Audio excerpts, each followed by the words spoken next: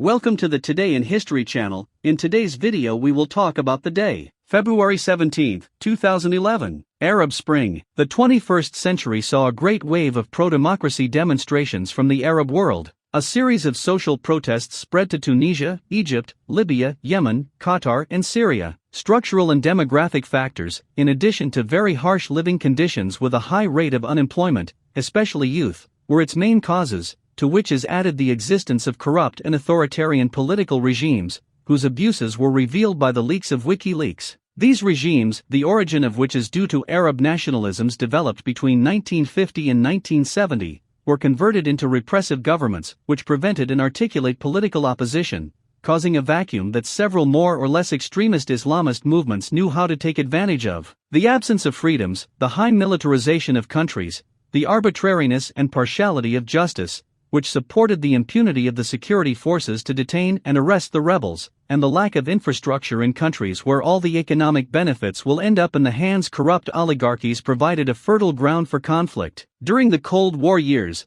these authoritarian regimes subjected their national interests to those of the American and Soviet superpowers, in dispute for world hegemony. The fall of the Soviet Union would promote a broad process of globalization, which spread the ideas and way of life of the West and, finally, favored a large presence of social networks, starting in 2008. All this would contribute to the beginning of a political opening in those countries. Most of those who participated in the demonstrations were young people familiar with the use of the internet, who differed from previous generations by having basic and even secondary and university studies. This Arab Spring could be considered a second Arab rebellion, heir to the spirit of 1968, anti-colonialist turned to the outside and anti-authoritarian turned to the inside, which then did not reach its objectives, and which now resurfaces, although with contradictions. In this sense, it fits into the worldwide protest movements. In Greece in 2010 to 2011, the 15M movement, student mobilization in Chile in 2011, Occupy Wall Street, strikes in China, demonstrations in Brazil in 2013, etc. A very relevant aspect to explain why the revolt broke out at that moment is the deep global economic and financial crisis, which plunged the countries of North Africa into poignant poverty, with the increase in the price of food and other basic products,